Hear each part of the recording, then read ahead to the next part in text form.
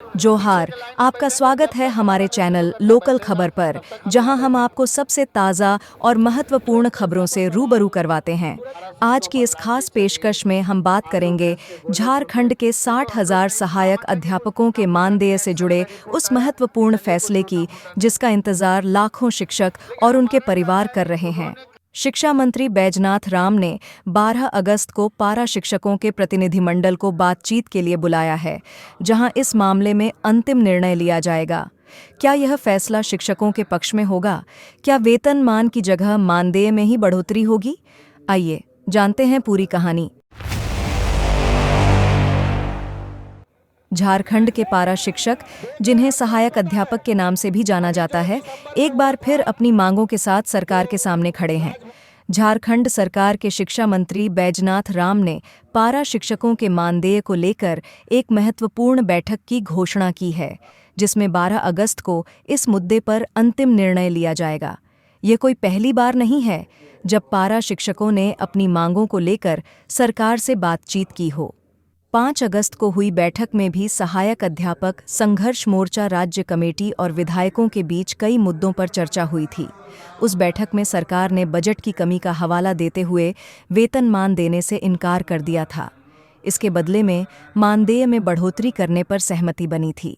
लेकिन अब सवाल यह है कि यह बढ़ोतरी कितनी होगी और क्या यह शिक्षकों की उम्मीदों पर खरी उतरेगी? वेतनमान के विषय पर उनका ज्यादा जोर रहा, लेकिन जो प्रावधान है, जिस प्रकार से इनकी नियुक्ति है, उसके अनुसार वेतनमान नहीं दिया जा सकता। इस बात को हम लोगों ने स्पष्ट कर दिया।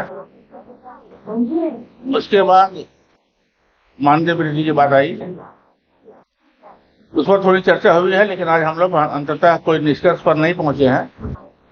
इसलिए बाकी विषयों पर चर्चा के लिए और जो छोटे मोटे अन्य विषय आए उनके उस पर चर्चा करने के लिए हम लोगों ने अगले सोमवार को यानी 12 तारीख को फिर से एक बैठक रखी है 11:30 बजे। इस बैठक में अन्य महत्वपूर्ण मुद्दों पर भी चर्चा हुई। उदाहरण के लिए सहायक अध्यापकों के आकलन परीक्षा में हुई त्रुटियों को दूर करने का आदेश झारखंड एकेडमिक काउंसिल के सचिव को दिया गया है। वहीं शहरी क्षेत्रों के पारा शिक्षकों को 4% वार्षिक वृद्धि का आश्वासन भी दिया गया है। शिक्षकों की मांगों को लेकर 12 अगस्त को होने वाली बैठक का महत्व इसीलिए भी बढ़ जाता है क्योंकि इस बैठक में पारा शिक्षकों की मानदेय में बढ़ोतरी का अंतिम निर्णय लिया जाएगा। पारा शिक्षक संघर्ष मोर्चा के नेताओं का कहना है कि अगर उनकी मांगें पूरी नहीं होतीं तो वे राज्य भर में अपने आंदोलन को और तेज करेंगे। आज बड़ी आशा और उम्मीद के साथ आज झारखंड के 62,000 सहायक अध्यापक आज की वार्ता की और टकटकी लगा के रखे थे। हम लोग वेतनमान को लेकर के बड़ी आशान्वित थे, चूँकि माननीय मुख्यमंत्री जी का एक घोषणा भी था कि सरकार बनने के साथ ही वेतनमान देंगे। आज हम लोग वेतनमान को लेकर के आए हुए थे, लेकिन कहिए कि बहुत ज़्यादा आशा के उम्मीद के अनुरूप आज की बैठक का हम रिजल्ट नहीं कहेंगे। और वेतनमान पे तो सरकार के द्वारा कहा गया कि वेतनमान नहीं दे सकते हैं। फिर हम लोग वेतनमान के समतुल्य मानदेय पे भी बात किए, उस पर भी कहा गया कि वेतनमान के समतुल्य मानदेय जो होता है हम लोगों का, जो हम लोग दिए थे निर्धारित करके, हम लोग लगभग 40,000 के आसपास होता है। कहा कि उतना बजट हमारे पास नहीं है। लास्टली हम लोगों ने 10,000 का लास्ट प्रस्ताव दिया कि सभी को 10,000 का मानदेय बढ़ोतरी होना चाहिए। इस पर भी सापेक्ष कई निर्णय नहीं लिया जा सका और आगामी 12 अगस्त की बैठक में पुनः बुलाया गया है कि माननीय मुख्यमंत्री जी से बात करेंगे।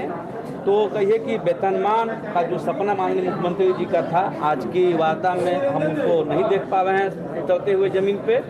और अन्य मुद्दे, चाहे ईपीएफ का मामला है, ईपीएफ पे भी वित्त विभाग का कहा गया कि एक बहुत सारे अनुबंध करने को ईपीएफ देना होगा। ईपीएफ पे भी सरकार का पक्ष आज की बैठक में बहुत ज़्यादा पॉजिटिव हम लोग नहीं देख पाए। वीडियो के अगले हिस्से में हम बात करेंगे कि यह फैसला पारा शिक्षकों के भविष्य पर कैसे असर डालेगा और आने वाले समय में उन्हें किन चुनौतियों का सामना करना पड़ सकता है। तो दोस्तों, आज की इस वीडियो में हमने जाना कि झारखंड के 60,000 सहायक अध्यापकों के मानदेय को लेकर क्या स्थिति है और शिक्षा मंत्री बैजनाथ राम के निर्णय से क्या उम्मीदें लगाई जा रही हैं। इस मुद्दे पर आपकी क्या राय है? क्या सरकार को पारा शिक्षकों की मांगों को पूरा करना चाहिए?